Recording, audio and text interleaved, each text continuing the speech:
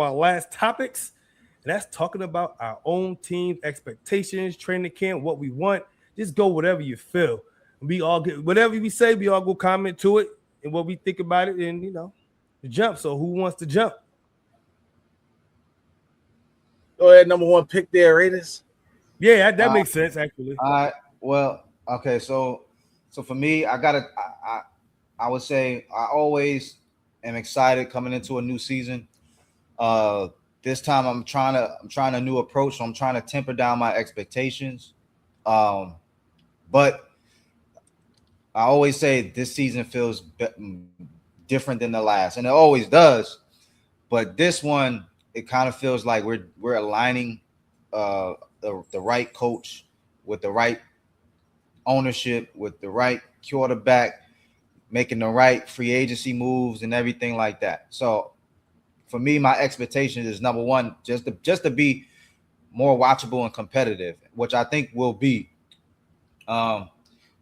When you talk about one of the young coaches or bright minds offensively, what that man did when he was first in Minnesota with Kirk Cousins when he had that big year with Jefferson, but then when he went over to Seattle, even what he did with the Niners previously, but what he did in Seattle, to me is that gives me a hope for the offense, especially when you have talents like Genty and Bowers on offense.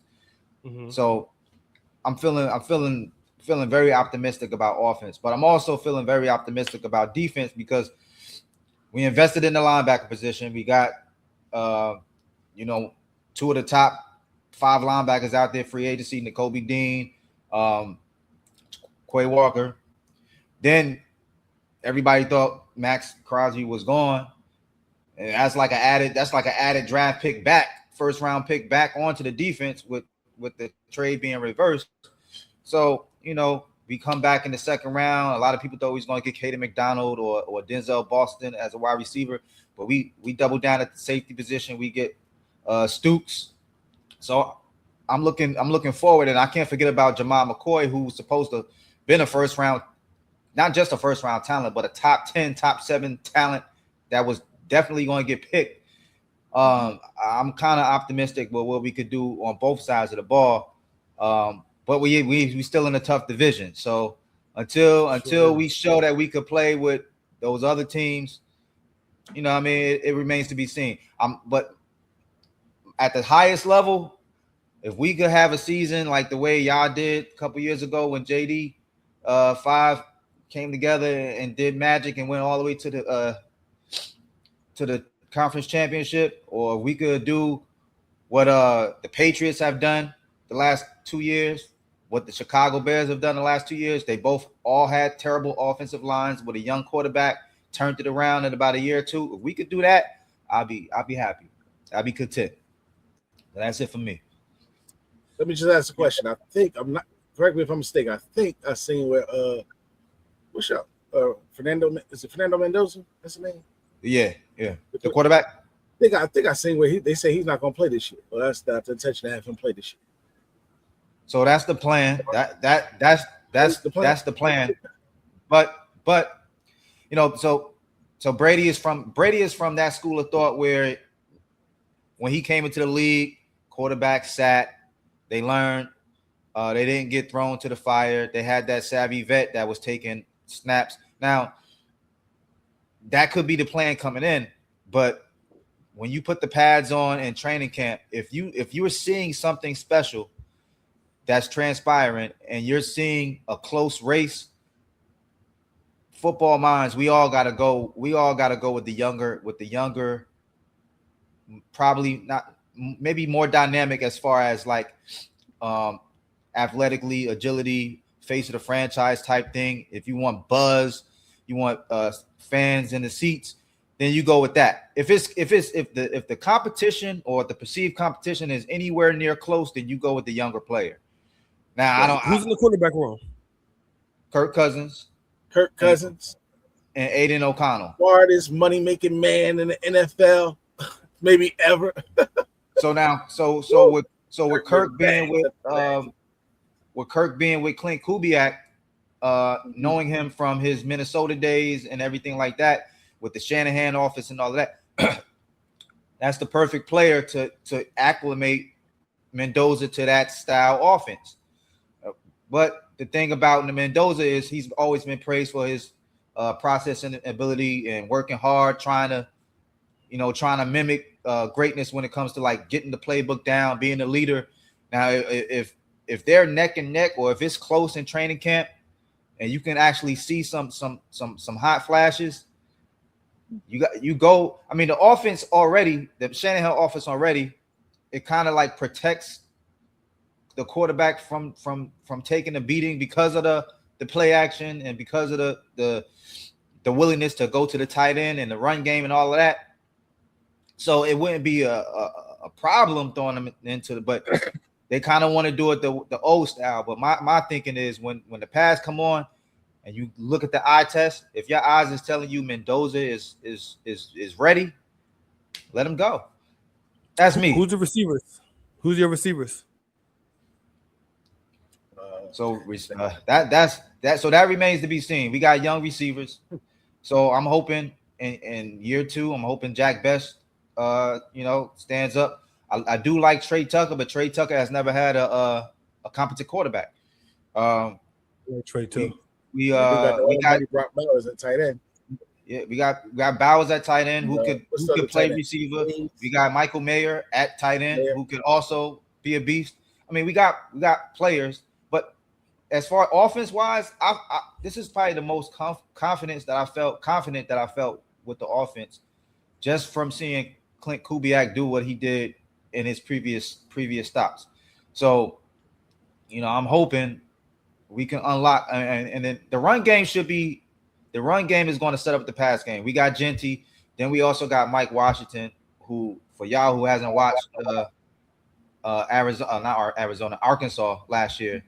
I mean, that's kind of like we trying to create a situation where it was Gibbs and Montgomery. We kind of got that situation going on now. We just got to put it on the field. So we could do that. I think we'll be fine.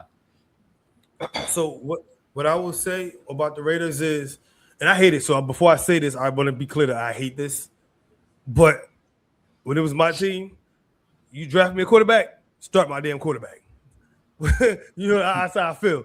But being it's not my team, I could be a little logical on my end and say, with Kirk being there, I would definitely start Kirk. And it might be 3 weeks, maybe 4 weeks, and maybe 8 weeks. I don't think it's going past 8 weeks unless he goes on a run and he's just winning like crazy. You got to let him rock out.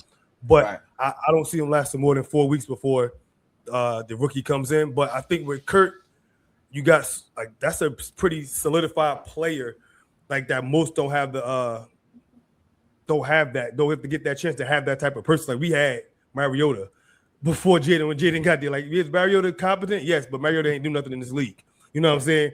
Kirk did a lot in this league. He really actually has, which is crazy. And I think Kirk can actually help Mendoza. Mendoza a whole lot. I'm not mad at it if y'all start Mendoza at all, but I just think with Kirk being there, them first 4 games, especially being in the division y'all in as well, that tough ass division. I think, I'm not saying the record or nothing like that, but if the betting man will say that y'all not going to have a good record, just like they said that about the Commanders 2 years ago, the betting man will say you're not going to have a good record. So even if they start Kirk, I think they're going into it like he's starting until, not he's here. Right. Start the season. You know what I'm saying? So, but I mean, either way, you know what I'm saying. I think Mendoza he looks very mentally mature from what I've seen of him, that he's ready to jump in there. I just hate that he gets that hard ass division because there's some shit up there that he got to deal with. It's definitely like he got to deal with. But listen, if you like that, you like that. You know what I'm saying? Mahomes had to come into it. Bo Nix just came into it 2 years ago. You know what I'm saying? So if you like that, you like that. You know what I'm saying? The team get built around him and then, see what happens. So that's all I got to say about that and everything. So we'll see what happens. I think the Raiders going to be pretty formidable this year. Basically, you start off with not even just the quarterback situation. I like Genty in year 2 to really take that leap and hit the upper echelon of running backs. Bowers is a problem. Like you said, the defense got new additions. I don't know all about all the corners. I got to see McCoy out there. I got to see him cutting and everything, training camp, or we'll see some of these preseason games too, maybe, and see how that knee is fully healthy. It's easier to run straight line and stop plant on the dime on that knee and cutting and breaking on it. But I think they're gonna be all right. I think probably so it'd be 6 to 9 wins, somewhere like that. I think they'd be pretty solid. Yeah. One more. I only why, because you said we was gonna talk about the Genty thing too. My only concern for Genty is last year was the line and the weapons. This year for me, like you said, the names you said they're young.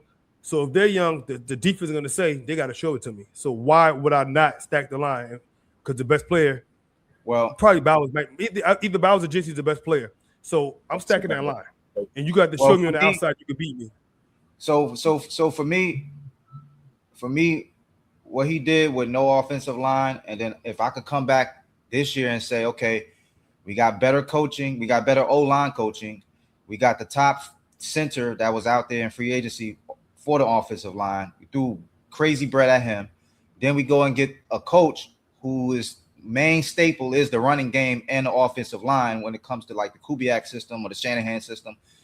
So with that, like, I don't have no problem when it comes to running backs. You can literally put I'm gonna say a middle of the pack running back in a Kubiak Shanahan system, and they would do work. But when you put somebody or you play somebody with Genty's type of